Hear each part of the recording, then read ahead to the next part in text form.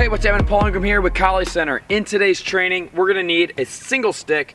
You can also do these movements with a single bolo, which I'll also show you in this video today. So if you want to get this training in with me, smash that thumbs up button, leave me a cool comment below, and hit that subscribe button, and let's get training. In today's drill, this is going to be helping you out with really building the technique of the basic movements of Kali with the single stick or that single bolo. We're going to be taking a look at some of the basic slashes. We're going to work off of what's called a broken energy and also a fluid energy. So the broken energy, this is where we start from our start position of our technique. We strike to the center line and then we pull it back to the original starting side of the body. Now for the drill, we're just going to repeat going back to the same position that particular strike began from, but that doesn't always have to be with broken strikes. Sometimes you might go broken and it might kind of move into another angle or something like that. All right, but we're going to kind of just keep it very simple. So a broken strike, some styles would call this a witik. You're going to strike to the center line and then retract that strike back. The second type is a fluid strike. Some styles would call this a laptik. And this is where you're starting on one side of the body. The strike goes through the center line and then it ends on the opposite side of the body. All right, so that's a fluid. Like you see this a lot in different styles of martial arts weaponry where they're just kind of striking all the way through. Now, the fluid strikes are going to generate obviously a lot more power than the broken strikes. However, the broken strikes are quick because they're kind of more like half of the movement, and they also kind of start changing the flows, changing what's going on in the flow of weaponry when you're training with a partner, or you're sparring, or anything like that. So there's a lot of benefits to both the fluid strikes and also the broken strikes. And of course, both of them do also have their cons to them as well. All right, but right now, we got to make sure we're going over the proper technique, start developing these types of energies, and then we're going to cap this off with some of the basic thrusts, that forehand thrust and that backhand thrust. Yes, there's center line thrusting as well, but I would say that the more basic thrusts are coming off the forehand and also the backhand. Those are going to be used a little bit more commonly as we have distance or we're closing that distance with an opponent. That center line thrust is really good for when we're already in tight, we're in that range of corto range, that short range, or that finishing type of movement. So let's go ahead and kind of go through this basic drill that's going to combine our broken strikes with our fluid strikes and then our basic thrusting forehand and backhand. So we're going to start off in our chamber position right here. We begin all of our students off with a full chamber position because we want to make sure that you are learning the full arc, the full potential of the strike. This also is going to help to develop your body mechanics so you can get that rotation in your hips and shoulders and really start generating that speed and that power that is necessary when striking with an impact weapon. So even though a blade may not need as much power as the impact weapon to be effective, we still want to strike with good speed and power because we need to have a very effective and fluid follow through of the strike. So that way the weapon goes through that target and can continue striking perpetually.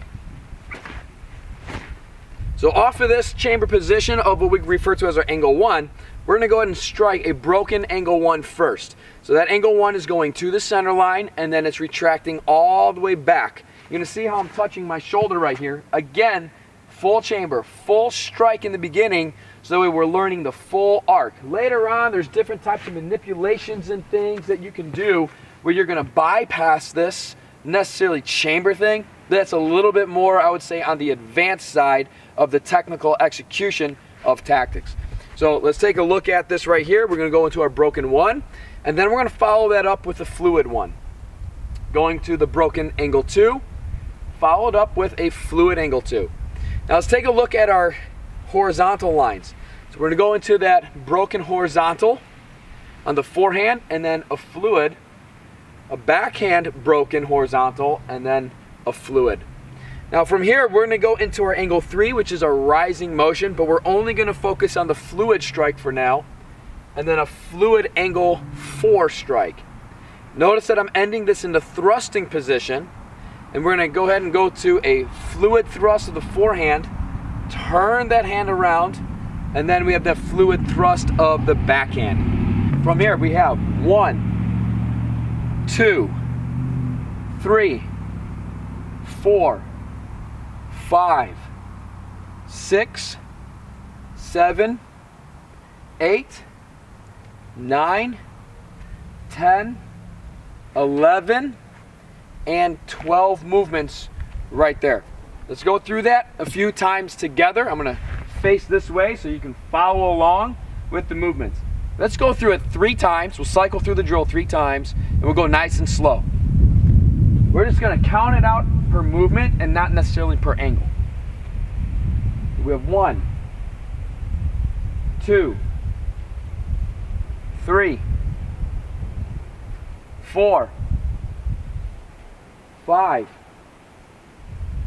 6, 7, 8, 9, 10, 11, and 12. All right, let's do it again. We got that. Number 1, we have broken 1, fluid 1, broken angle 2, a fluid angle 2, a horizontal jab, to that fluid horizontal jab, a backhand horizontal jab, to the fluid horizontal. Curve this up that angle 3, up that angle 4, and then strike the forehand thrust, turn it over, and the backhand thrust. All right, one more time, nice and slow. 1, 2, 3, 4, 5, 6, 7, 8, 9, 10, 11, and 12. Whenever you're beginning these motions with a bolo, make sure that you're starting off with a training bolo. So I went ahead, just to kind of lead by example and be a good example here, I went to grab my training bolo, and let's just go through the drill again. And I want to make sure I give a couple pointers as you are building your coordination and getting more familiar with the movements. All right, so from here, we're just going to go through it real quick. We have our 1, our 2, here, into our horizontals. Up our 3, up our 4. Here's the thrust, and there's the thrust. So in the very beginning, what we want to do is make sure that we are completing the full range of motion of each one of these strikes. So we want to get to that chamber position. We have that chamber position here on the forehand on the angle 1. I touch, and then I touch that angle 2 before I fire it out. Boom, there's that broken. See, I touch it again. Right there. I touch the chamber for that horizontal. Boom, and pop. Same thing down on the backhand side. Now, on the angle 3, there's nothing for it to actually touch, but we want to make sure that hand is at the hip or just slightly behind the hip.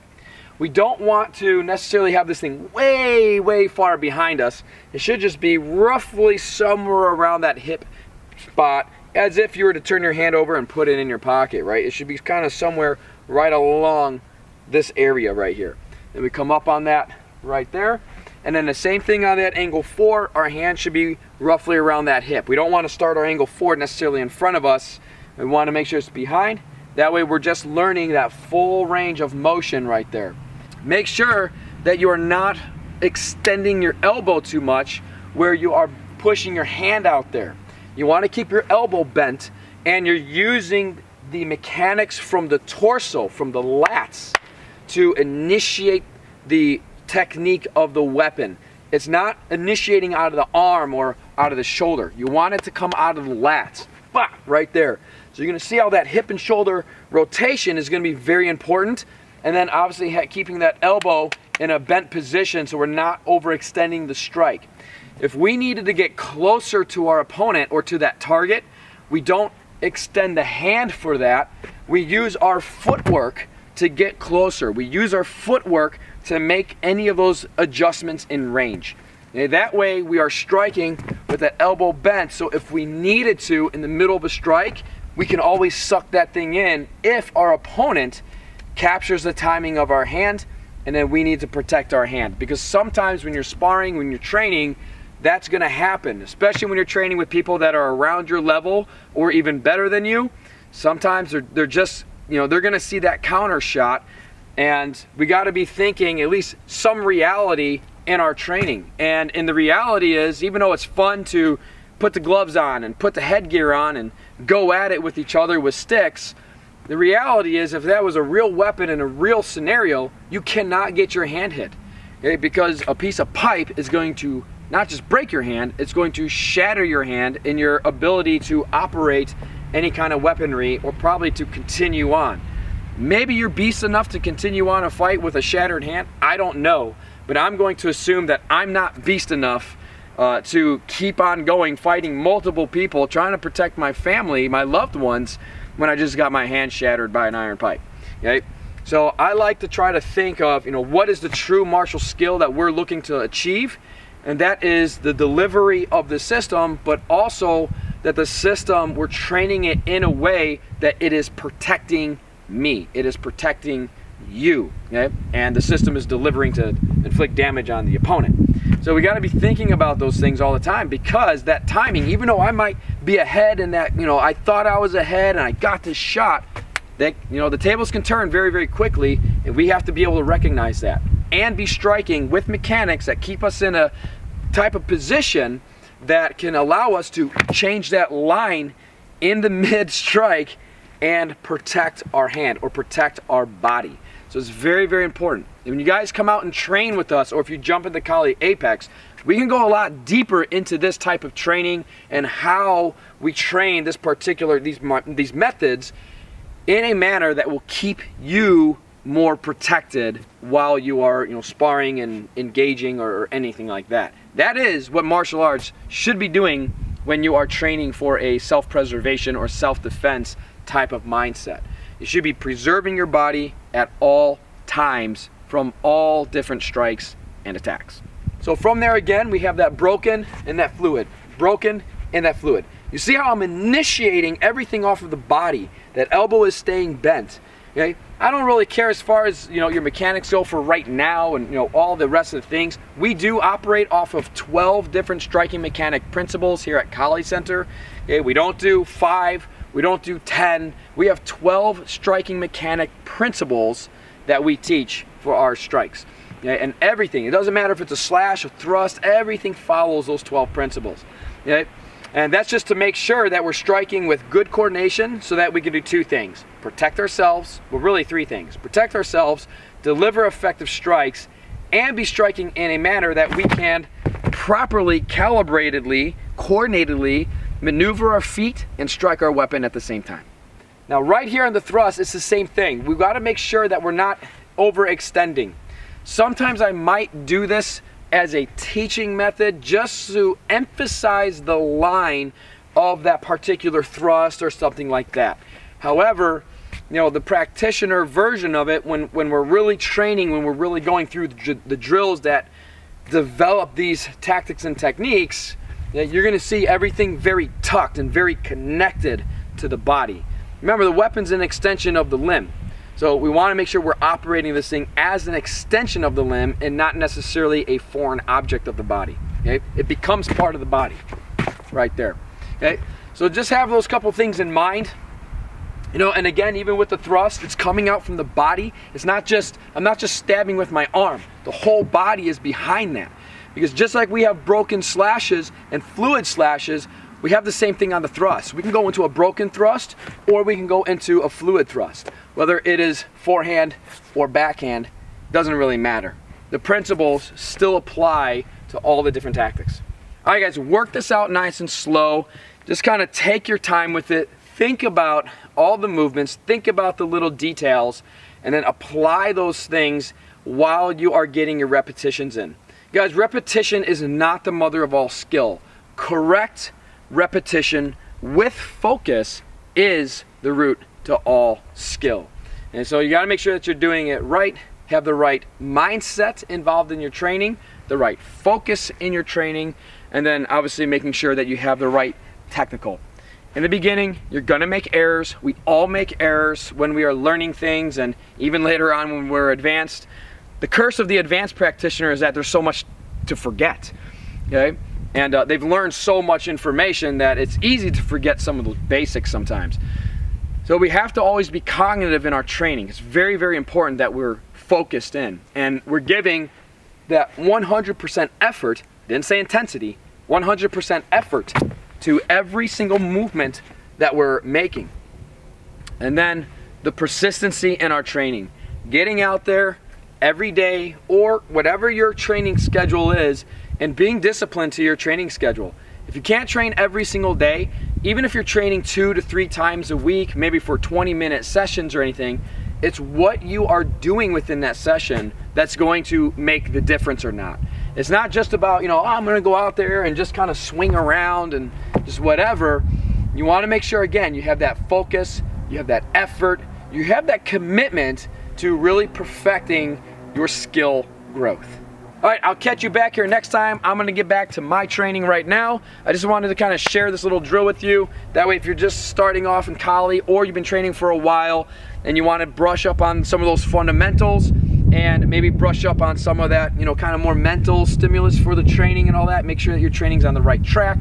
That's what I want to go and make this video for. I want you guys to, you know, not just move around, but I want you to really get the most out of your training that you possibly can. And I want you to get the most physical benefit out of your training, and I want you to get the most mental benefit that you can out of your training with Kali Center. All right, I'll catch you guys back here next time. Hit the thumbs up button, leave me a cool comment below that I can respond to, smash that subscribe button, and head over to KaliCenter.com. Check out our Kali Apex, so that way we can get you all those 12 different striking mechanic principles that we teach, and we can get a whole lot more in your Kali training. All right, see you guys later.